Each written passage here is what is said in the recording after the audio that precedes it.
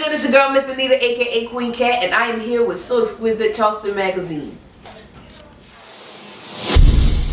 I was in 7th grade and we had to create a project, and the project was if you were over an island or state, not state, but like, you know, country, then what would you be? Would you have a presidency or a queening, king rulership? And of course I chose the queen rulership, and I wanted to be on an island, and mine would be like some kind of jungle, and I love cats, you know, so I was like, more so lions, tigers, and all that. So I used to be called Queen Katt Woman 07 because that's the year I graduated. And once I started recording my first album, it was a lot to say, you know. So my sound engineer sent us the tracks. They chopped it up. I'm like, no, it's just say Queen Katt, you know. And so it went from Queen Katt Woman 07 to Queen Katt. I was born into a family of musicians. My father is a steel guitar player. My mother is a singer, and also a pastor. You know, so I was brought and raised around everybody played music. I played the drums, trumpet, baritone, all of that. So I always loved music. I always wanted to be in the spotlight, you know, and I always wanted to help. I was always attracted to the Martin Luther Kings, Malcolm X, and people of that nature, Michael Jackson, people with messages. I didn't want to be just a songwriter, just entertaining. I wanted to leave a legacy and teach the people through my music. My message from a young age was just to hear, you know, listen to everything, and it's pretty much still the same thing.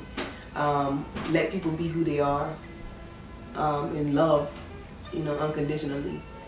And the only way that we're gonna make the world a better place is to continue to heal ourselves and to teach the babies, you know, because it starts with them. So we have to instill in them and teach them early what we learn late. My first album, somebody had to teach me how to write a song, you know, because I would just rap for 4 minutes straight.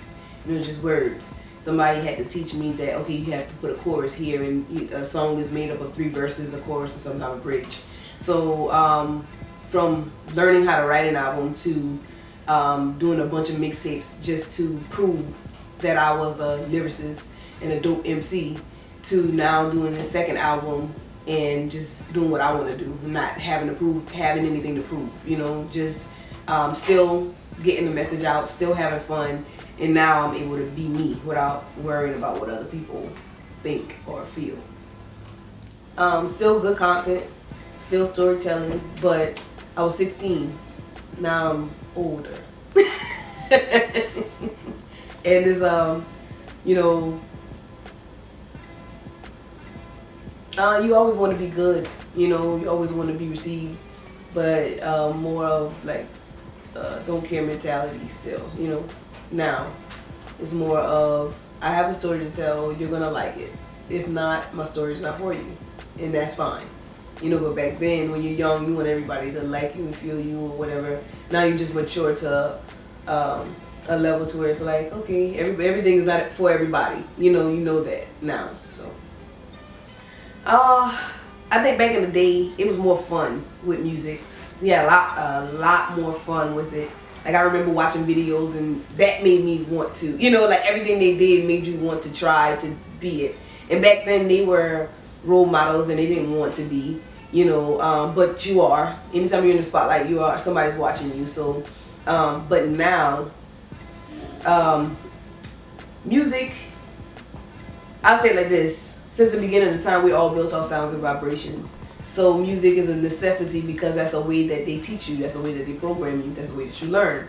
That's a way to connect black, white, Puerto Rican, Asian, you know, through music. So it's very important. And now that they know that it's important, it's harder for musicians who really love music, because now you have people that don't really love music, but they look at it as a job and they want money from it. So the love of it, there's really no content. It's just sounds, you know, a bunch of garbage, really, you know, and they'll tell you that. So you have a billion people putting out nonsense just for the money, and then you have the artist that's really trying to talk about love, talk about, you know, something that's going to help, and we don't get that, you know, the type of recognition that the people who don't care about it, and those are the people who they glorify because they're poisoning the system. And so I think it's always been important, but like you said, it's more, I think you said it's like more of a necessity now, and it's because people are using it as a means of income. And of course anybody wants to get paid off of what they do, but at the same time, it's not enough people that are in the spotlight doing it for the love of it, beyond doing it for the money. The book is talking about no religion. When I speak on no religion, a lot of people get uncomfortable, but I'm not saying do away with religion if it's helping you.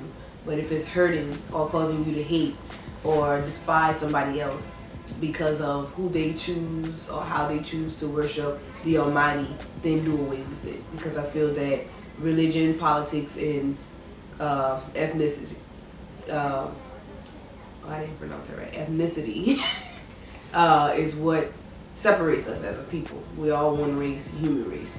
And all that other stuff is false evidence appearing real, you know, which causes us to fear each other because we don't know. We fear the unknown.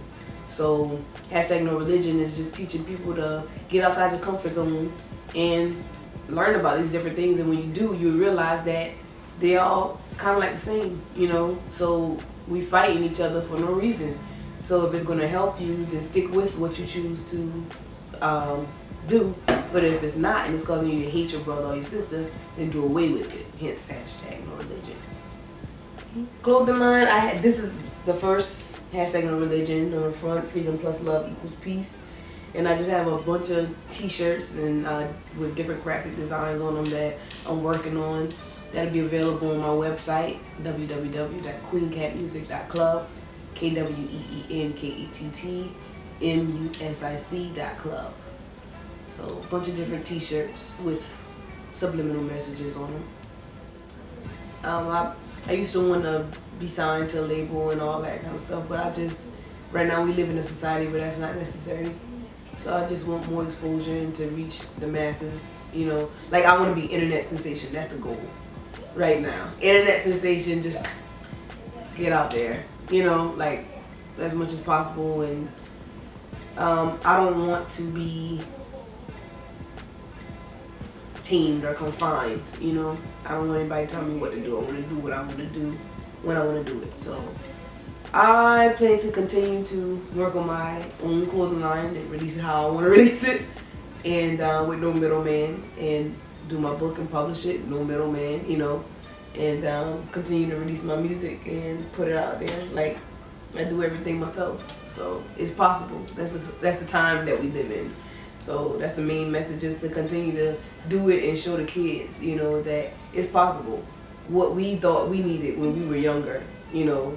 I can't release a book, you know. I can't release an album by myself. I have to get signed. Like, you don't have to do that anymore, because everything is right at your fingertips. You just got to get out there and look it up how to do it. So, yeah.